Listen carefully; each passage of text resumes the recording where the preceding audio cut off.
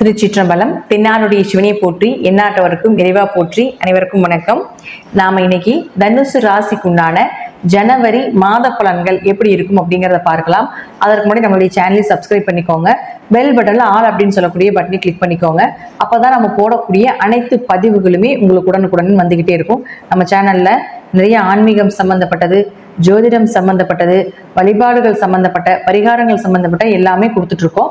அதையும் நீங்க பார்த்து பயன்பெறுங்கள். தனுசு ராசியை பொறுத்த வரைக்கும் பார்த்துட்டீங்கன்னா, ராசி அதிபதி ரோகிணி நட்சத்திரத்துல வக்ரம் பெற்று உங்களுக்கு இருக்கிறார். 6ஆம் இடத்துல இருக்கும் பொழுது கடனோ நோயோ, நோய்க்கு செலவு பண்றதோ, மருத்துவ செலவுகளோ மீண்டும் மீண்டும் மீண்டும் ஏதோ ஒண்ணு வந்துகிட்டே இருக்கும் அப்படிங்கிற அமைப்பு உண்டு. ஒரு மன நிம்மதியோ, ஒரு சுகமே இல்லைங்க, உடம்பு மனசே நிம்மதியே இல்லைங்க, வீட்டுல பிரச்சனை, வேலையில பிரச்சனை, எங்க போனாலும் இந்த தனுசு ராசிக்கு மட்டும் இப்படியே தான் இருக்குமா, ஏழரை சனி முடிந்தாலும் எங்களுக்கு நிம்மதி இல்லைங்க அப்படின்னு சொல்லக்கூடிய ஒரு அமைப்பு தான் தனுசு ராசிக்கு இந்த காலகட்டங்கள் நடக்கக்கூடிய ஒரு விஷயம். இருப்பினும் 8ஆம் அதிபதி உங்களுக்கு சந்திரன் யாருன்னா 8குடையவர். அப்போ ரோகிணிங்கிறது சந்திரனுடைய நட்சத்திரத்துல உங்களுடைய ராசி அதிபதி வக்ரம் பெறும் பொழுது கொஞ்சம் அவமானங்களோ, கொஞ்சம் ஏதாவது ஒரு பண இழப்புகளோ, தேவையில்லாத ஒரு மருத்துவ செலவுகளோ இருந்து கொண்டே இருக்கும். பிப்ரவரி மாதம் 4ஆம் தேதி வரைக்கும், இந்த மாதம் முழுவதும் அப்படித்தான் இருக்கும். அதெல்லாம் உடல்நிலையில கொஞ்சம் கவனம் செலுத்தி பார்த்துக்கோங்க அப்படிங்கிறது தான் உண்மை. அடுத்தது பாருங்க, உங்களுக்கு சுக்கிரன், அது மட்டும் பாருங்க, உங்களுடைய ராசிக்கு சுக்கிரன் யாருன்னா 6 மற்றும் 11ஆம் அதிபதி. இந்த சுக்கிரன் அப்படின்னு சொல்லக்கூடியவர் 2 மற்றும் 3ஆம் அதிபதியாக இருக்கக்கூடிய சனி பகவானோட சேர்ந்து 3ஆம் இடத்துல பிரவேசம் செய்கிறார் இந்த மாதம் முழுவதும். பொதுவா 3குடையவர் 3ல இருந்தா கடுமையா முயற்சி பண்ணி ஜெயிக்கிறது அப்படிங்கிறது ஒரு உண்மை. அதே போல பண வரவு ஏதாவது ஒரு வழியில வந்துரும், பணத்துக்காக கடுமையா முயற்சி செய்வாங்க. அதுவும் ஒரு முறைக்கு பல முறை செய்தாதான் அது வரும் அப்படிங்கிற அமைப்பு தான் அந்த சனி பகவானுடைய அமைப்பு. 2, 3குடையவர். அப்ப அவரோட சேர்ந்து 6 மற்றும் 11ஆம் அதிபதி சேரும் பொழுது நிறைய இந்த சனி சுக்கிரன் சேர்க்கை அப்படிங்கிறது பண வரவுக்குண்டான சேர்க்கை. அப்போ உங்களுக்கு 6ஆம் அதிபதியும் 11ஆம் அதிபதியோட சேர்க்கை அப்படிங்கிறது, இந்த காம்பினேஷன் அப்படிங்கிறது கடனும் வரும், விரயங்களும் உண்டு, லாபமும் வரும், செலவுகளும் உண்டு. அதிக லாபத்தையும் கொடுக்கும், அதற்கு ஈக்குவலா ஏதாவது ஒரு விரயத்தையோ அல்லது ஏதாவது தேவைகளையும் பூர்த்தி பண்ண வேண்டிய ஒரு சூழ்நிலையும் ஏற்படுத்தி கொடுத்து விடுவார். 6ஆம் அதிபதி 3ல் இருந்தால் உங்களுக்கு வேலைக்காக ஏதாவது முயற்சி செய்றீங்க, வேலைக்காக வெளிநாடு வெளியூர் செல்றதுக்காக ஏதாவது முயற்சி பண்றீங்க அப்படின்னா அதை கடின உழைப்போட செஞ்சீங்கன்னா கண்டிப்பாக நடக்கும். ஏன்னா சனி கூடுறதுனா சனிதான் கடின உழைப்பாளின்னு அர்த்தம். அப்ப எந்த அளவுக்கு தனுசு ராசிக்காரர்கள் இந்த மாதம் கடினமா உழைக்கிறீங்களோ அந்த அளவுக்கு கடினமான பண வரவுகள் வரும். சனி சுக்கிரன் சேர்க்கை பண வரவுக்கு உண்டான சேர்க்கை. நிறைய சேர்க்கைகள் இருக்குது. இதுல இயற்கையாகவே பண வரவு எப்பொழுதுமே இருக்கக்கூடிய சேர்க்கை அப்படிங்கிறது சனி சுக்கிரன். அது உங்களுக்கு சேர்ந்து இருக்குது. அது அவர் சுக்கிரன் லாபஸ்தானாதிபதியாக சேர்ந்து இருக்கிறது மிகப்பெரிய ஒரு யோகம். அப்ப இதையே நீங்க பயன்படுத்திக்கிட்டீங்கன்னா கொஞ்சம் ஹார்ட் எஃபர்ட் போடுங்க.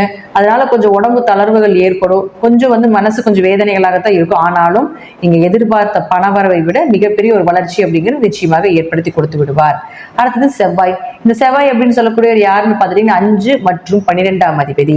இந்த 5ஆம் அதிபதியான செவ்வாய் உங்களுக்கு 8ஆம் இடத்துல வக்ரமாகிறார், நீசம் பெற்று வக்ரமாகிறார். அப்போ குழந்தைகளுக்கும் ஏதாவது ஒரு மருத்துவ செலவுகளோ, ஒரு விரயங்களோ, அல்ல குழந்தைகளோட சேர்ந்து ஏதாவது சுற்றுலா போயிட்டு வர வேண்டிய ஒரு சூழ்நிலைகளோ அப்படிங்கிறது உண்டு.